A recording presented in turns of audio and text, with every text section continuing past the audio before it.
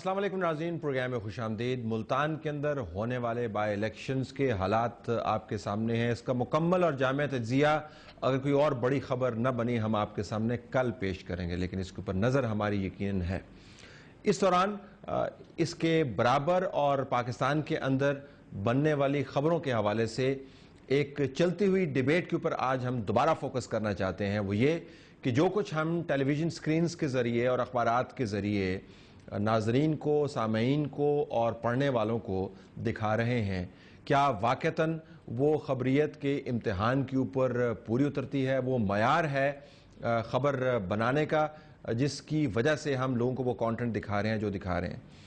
ज़ाहिर है कि जो इवेंट कल हुआ, हिंदुस्तान के एक पुराने एक्टर राजेश खन्ना इंतकाल कर गए, उसकी खबर की जो ट्रीटमेंट पाकिस्तान के मीडिया के अंदर हुई वो बहुत से लोगों को हैरान कर गई। और हैरानी अवामी रद्द अमल ही नहीं है, बल्कि हैरानी एक प्रोफेशनल मयार के हवाले से भी है। खबर की जो ट्रीटमेंट दी गई उसके तीन पहलू हमारे सामने आए। एक तो जब खबर ब्रेक हुई तो उस वक्त हमारे चैनल्स ने किस किस्म की उसकी ट्रीटमेंट की। उसके बाद जब खबर ब्रेक हो गई और तफसीलात सामने आने लगी तो हमारी ट्रांसमिशन किस किस्म की चलने लगी।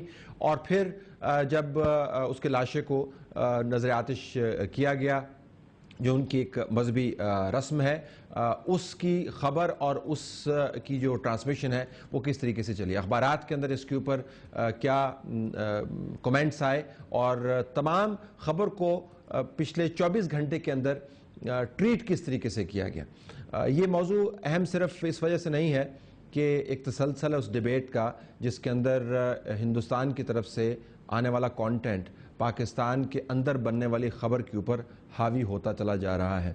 अगर प्रोफेशनल रीजंस की वजह से हो तो शायद इसके ऊपर एतराज़ या डिबेट की गुंजाइश नहीं बनती, लेकिन बसा औकात तमाम तर प्रोफेशनल असूलों के ख़िलाफ़ भी आपको ये खबरें बनती हुई और छाती हुई नज़र आती हैं। हम ज़रा आपको एक झलक दिखाना चाहते हैं कि जब खबर बनी उसके बाद उसकी तफसीलात सामने आई और फिर जब आखिरी रसूमात अदा की जा रही थी उस वक्त तक हमारे चैनल्स ने किस किस्म की प्रोजेक्शन की, किस किस्म की तशहीर की।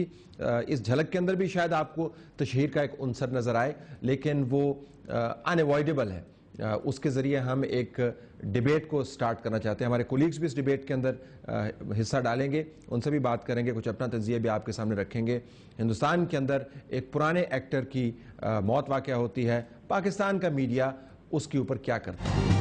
ये भी एक दौर है और वो भी एक दौर था। मारूफ भारतीय अदाकार राजेश खन्ना चल बसे। बॉलीवुड लेजेंड ने लातादाद फिल्मों को अपनी बेमिसाल अदाकारी से अमर कर दिया। उन्होंने बहुत ही बढ़िया काम किया। मेरे साथ जो किया है वो अंदाज था जी, और मुझे बहुत ही पसंद है वो प्रेम नगर।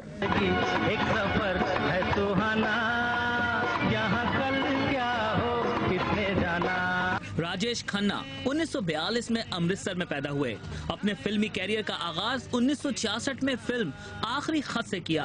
राज, आराधना, धर्म कांटा, मकसद, सौतन, स्वर्ग, अवतार उनकी मशहूर फिल्में हैं। उनकी आखिरी फिल्म वफा थी जो 2008 में रिलीज हुई।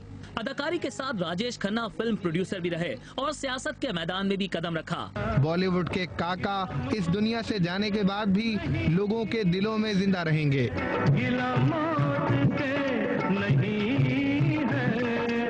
इन गीतों में राजेश खन्ना की अदाकारी, उनके अंदाज ने चार चांद लगाए। राजेश खन्ना इस लिहाज से भी खुशकिस्मत थे कि उनके दौर में किशोर कुमार जैसे गुलकार अपनी मीठी आवाज का जादू जगा रहे थे।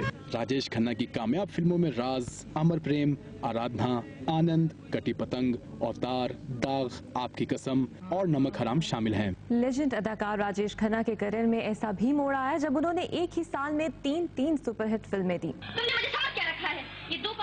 अदाकार राजेश खन्ना बॉलीवुड के वो सुपरस्टार हैं जिन्होंने एक के बाद एक 15 सुपरहिट फिल्में दी। ये वो रिकॉर्ड है जिसे आज तक कोई तोड़ नहीं सका। कहा मंजू के शादी से इनकार पर राजेश खन्ना ने डिम्पल कपाडिया से शादी कर ली, लेकिन दोनों ने अपनी मसरूफियात के बाइस 1984 में अलहदगी इख्तियार कर ली। शायद मेरी शादी का राजेश खन्ना के इंतकाल से बॉलीवुड स्टार्स अफसुर्दा हैं। उन्होंने सोशल नेटवर्किंग वेबसाइट ट्विटर पर क्या क्या लिखा है, आइए देखते हैं इस रिपोर्ट में। बॉलीवुड के पहले के सुपरस्टार राजेश खन्ना की दुनिया से रूठ जाने पर आजकल के सुपरस्टार शाहरुख खान लिखते हैं, धक धक गर्ल माधुरी दीक्षित भी है अफसरदा, बिपाशा बासु लिखती हैं, प्रोड्यूसर डायरेक्टर महेश भट्ट लिखते हैं, कोरियोग्राफर और प्रोड्यूसर फराह खान ने लिखा, शिल्पा शेट्टी कहती हैं, अदाकारा रायमा सेन लिखती हैं। मुमताज, हेमा मालिनी, आशा पारेख, शर्मिला टैगोर, कौन सी अदाकारा थी जो राजेश खन्ना के साथ जचती नहीं थी? संभलना मुश्किल हो गया। चेहरे पर आशिकाना तासुरात का इजहार करने में वो कमाल कि अक्सर होंठ हिलाने की भी जरूरत न पड़ती। बुरेवाला में पैदा होने का इंकशाफ हुआ है। बुरेवाला में मौजूद मकान पर राजेश खन्ना के वालिद के नाम की तख्ती भी मौजूद है। उनके वालिद लाला हीरानंद खन्ना 1931 में वहाँ पर बनने वाले एमसी हाई स्कूल के पहले हेडमास्टर थे। आप देख सकते हैं अक्षय कुमार भी यहाँ मौजूद हैं, जो कि बॉलीवुड लेजेंड अदाकार राजेश खन्ना के दामाद हैं और सूरत हाल को कंट्रोल करने की कोशिश कर रहे हैं। भारतीय अदाकार अमिताभ बच्चन यहाँ पहुंचे हैं थोड़ी देर पहले और एक धक्कम पील की सूरत हाल देख सकते हैं रुनुमा हो गई अचानक।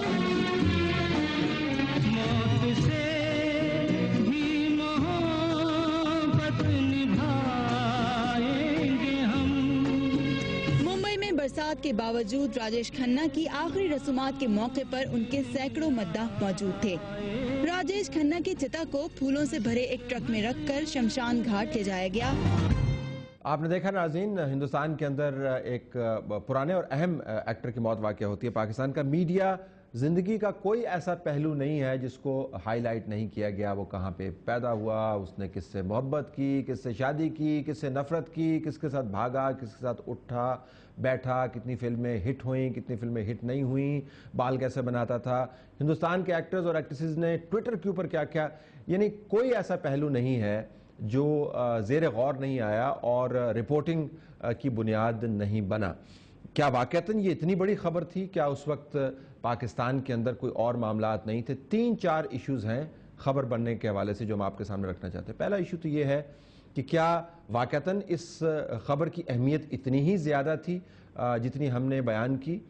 दूसरा मामला ये है कि क्या उस वक्त जिस दौरान ये तमाम तशहीर हो रही थी कोई और अहम खबर नहीं थी? तीसरा मामला ये है कि अगर कोई और अहम खबर थी तो इस खबर की तशहीर की वजह से उसको हमने कितना महदूद कर दिया? चौथा मामला ये है कि हमारे अंदर जो खबरें बनती हैं, मुल्क के अंदर जो खबरें बनती हैं, उसको क्या दूसरा मीडिया, दूसरे ममालिक का मीडिया ऐसे ही प्रोजेक्ट करता है? और सबसे अहम बात कि जब गैर मुनसिफाना तौर पर एयर टाइम की या जो ख़बर की स्पेस की तकसीम होती है, बाज़ ख़बरों को बढ़ा चढ़ा कर बयान किया जाता है गैर ज़रूरी तौर पर और अहम ख़बरों को निगलेक्ट कर दिया जाता है, तो व्यूअर के ऊपर और माशरे के ऊपर उसके असरात मुरतब होते हैं और एक रिएक्शन भी सामने आता है। 4-5 मामलात हैं, हमारी नज़र में बहुत अहम है। पाकिस्तान का मीडिया यकीनन ग्लोबल विलेज के अंदर ऑपरेट कर रहा है, लेकिन हमें लगता ये है कि पाकिस्तान का मीडिया इंक्रीजिंगली सिर्फ इंडियन विलेज के अंदर ऑपरेट कर रहा है। उसी की खबर बनती है और उसी की तशहीर होती है। क्या ये दुरुस्त है या बेबुनियाद किस्म का बयान है? ब्रेक के बाद